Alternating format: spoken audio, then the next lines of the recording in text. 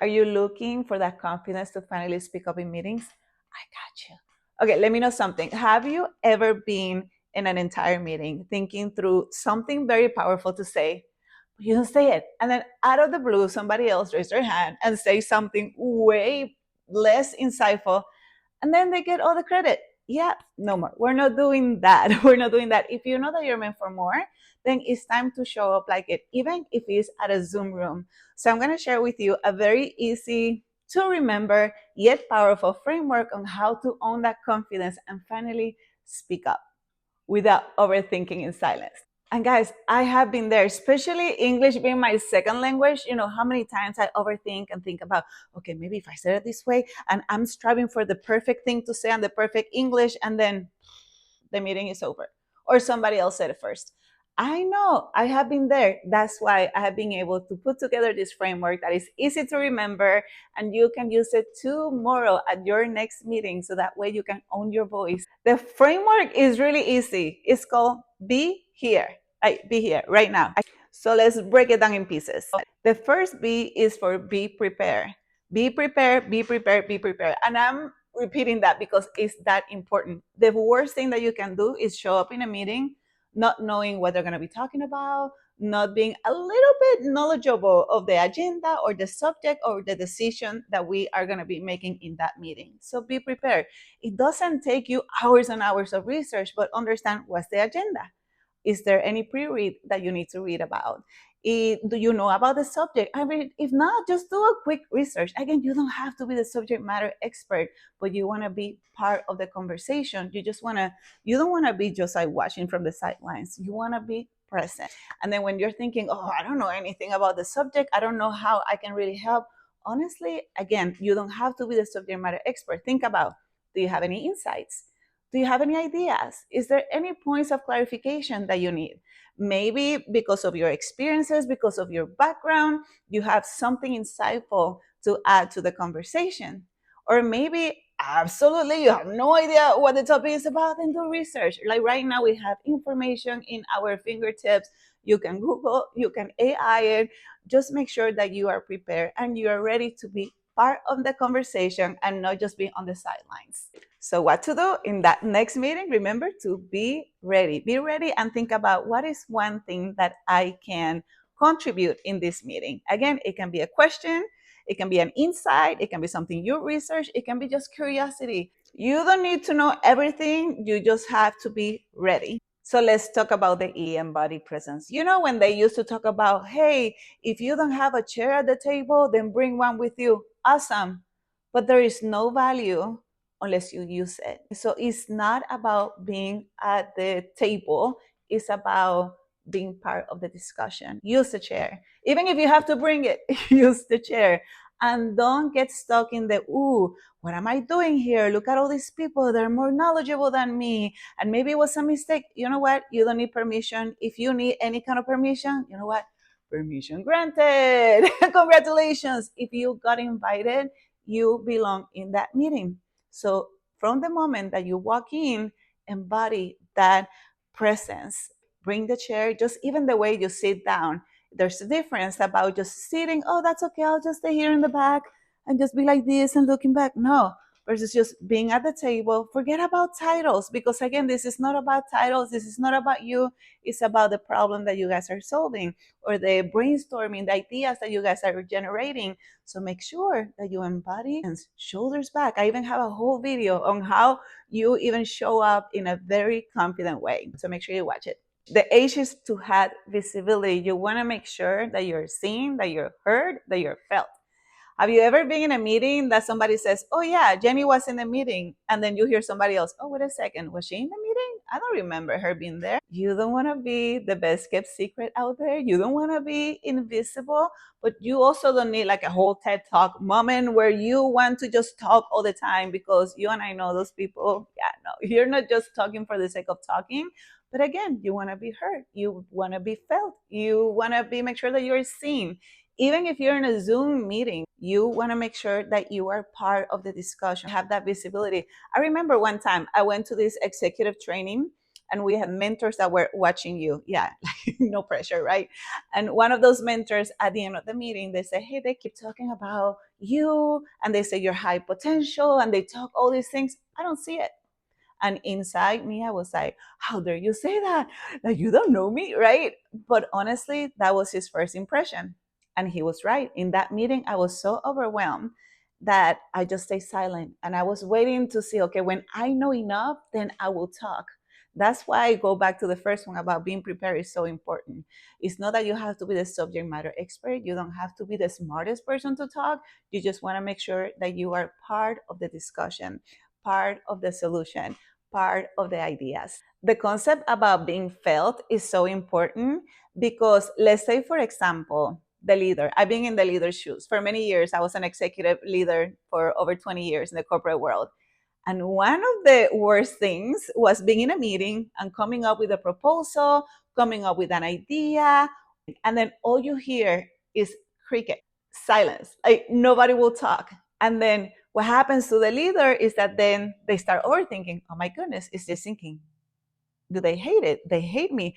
Like you start thinking about what you think they are thinking. I mean, totally non-value added. So even having somebody authentically saying, oh, that's a great idea, or hey, I agree with that insight, or I agree with that perspective, even having that alignment or agreement is part of being seen and felt in that meeting. So don't overthink it. Just be authentic and be felt and be seen and be part of the discussion.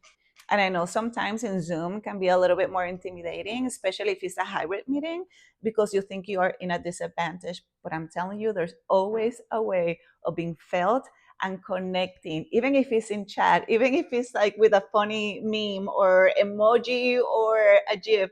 I used to bring that energy all the time. I'm bringing ideas and say, that's good. And what about this? And just being part, even if it's part of the chat, even if you have to raise the hand. But again, it comes down to be seen, be heard, and be felt because you want to be part of the discussion. The next E is going to also give you even more confidence and is thinking about elevating the outcome. How can you elevate the outcome? And if there is a mindset shift that I can give you that works like a charm every time you're struggling with confidence, is thinking about it's not about me, it's not about me, it's not about me, it's not about me. Because when it's not about you, then you keep all that stress out and then you just focus on the outcome. That's a really powerful question that you can ask yourself before you go to any kind of meeting or any kind of topic discussion. What's the outcome? That should be your North Star. Your North Star should not be like, oh, if I say what do you think they're going to say? They're going to laugh at me.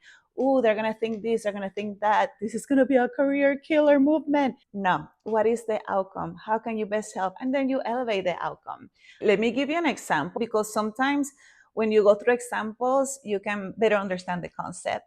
I had one client one time that started a brand new role, an executive leadership role in a brand new company.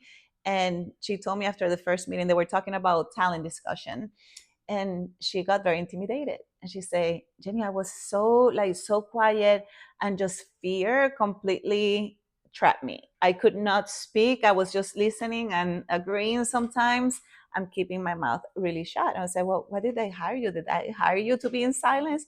No, Jenny, I know better. Like, okay, so what was your fear? Man, I was just thinking about how can I give a good impression. I wanna impress. That's a quick thing. I want to impress, and I say, hey, what was at stake by you being in silence? And that's a really powerful question also to ask you. If I remain in silence, what happens? Who doesn't benefit? Who actually can have a negative impact? And that's what happened in this conversation because they were talking about an employee that she had a really good experience with, but everybody else had a bad experience. And because she was new, right, and she wasn't an expert yet, she didn't want to speak up. But I said, by you being silent, who was at stake? And it was an employee. So in the next meeting, she was able to go back to that discussion and bring her insights and her experience. Even though it was new experience, it was still a valid experience. And because of that, the trajectory of that employee is totally different. It's actually like going up, which is so cool. And again, it's about me. No, it's about what is at stake if I don't speak up. right? There were many topics before that I will bring the Latin, or I will bring the insight of a female in leadership in some of the discussions at corporate. And yeah, sometimes when you're the only one, you can feel that fear. But then I say, if I don't speak up, what is at stake, right? Maybe we're not coming up with very inclusive solutions. Perhaps we're not reaching to a segment of the audience or the clients that we can help. Or perhaps we're limiting the possibilities of some of our employees. So think about what's the outcome. By you speaking up, who you can help, what ideas can you bring, what can you expand, what can you make better, and that should be your focus. We're almost there. The R is to always remember why you're there. You're not only there to take notes. No, you're there to be part of the discussion. You're there to shift the room. You're there to elevate ideas. You're there to bring new perspectives. I remember one time when I first got my, what was it? It was the COO role in the business.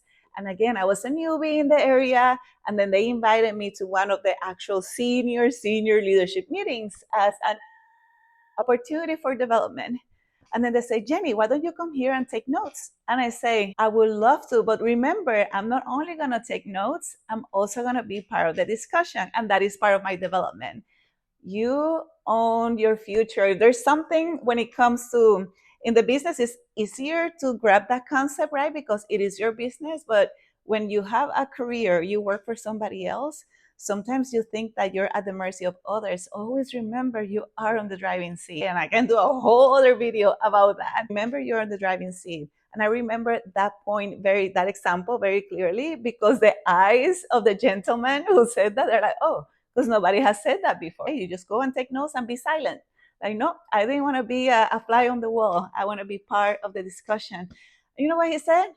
Yeah, I think that's great. And again, some of those topics were a little bit foreign to me because they're solving different kind of problems. But what did I do? I go back to my framework at the beginning, be prepared, and I did my homework. And one of those things were about how to engage the middle management and these people here. They sometimes the higher you go in your career, the more detached you get from the real world. I remember when I was there, I'm like, hey, I can give you the voice of the middle manager because that was my role at that point. And I was able to bring perspective, ideas because I did my research. And you know what? Some of the ideas that I brought up, they ended up executing a year after. So that's the power that you have. And again, this example actually summarized a lot of the concepts that we just talked about. But always remember what you are there. To complete the framework, let's stop with the E. And I'm thinking about extra.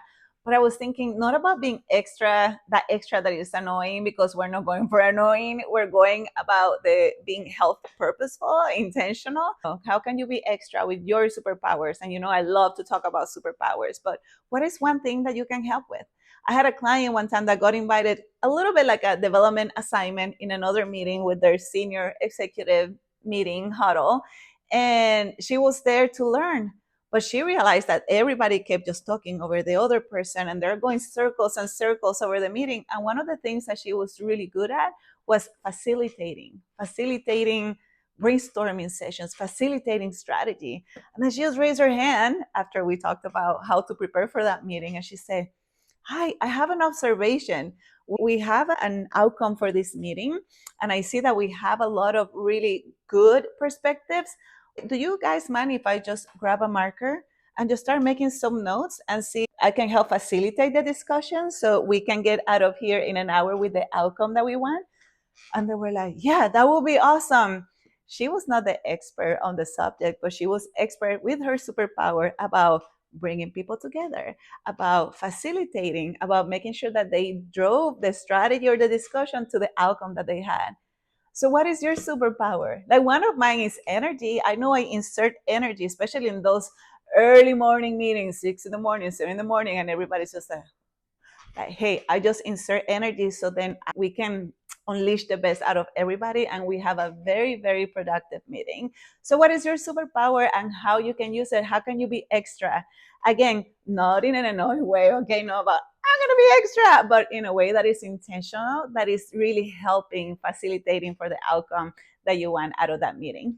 And for those of you like me that sometimes we minimize ourselves because our English is not perfect. Remember the example I said, I kept thinking about how to say something perfect.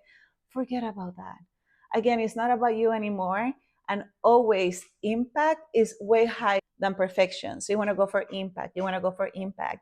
Even if you laugh and the things don't go in the right grammar, who cares? You're going for impact. I'm telling you, people are going to understand you. It doesn't matter if you don't have the perfect grammar, the perfect English. I mean, I've been here in the United States for 25 years and I still come up with words that I think I just make up in the English dictionary. But it's okay because I'm going with impact. So that's a little like mindset. Go for impact, no for perfection. See, I just stumbled there. It's okay. You know what I mean? That's it. Remember, when you're in that meeting, you're not there to sound like a textbook. Okay, you're there for the outcome, for the impact. You want to help with your superpowers. You want to help with your insights, your perspective, your curiosity, solving the problem that you're there to solve, coming with the ideas that are going to benefit a lot of people because you are part of that discussion. So own it. You don't need to be perfect. You just need to be prepared, rooted in that purpose.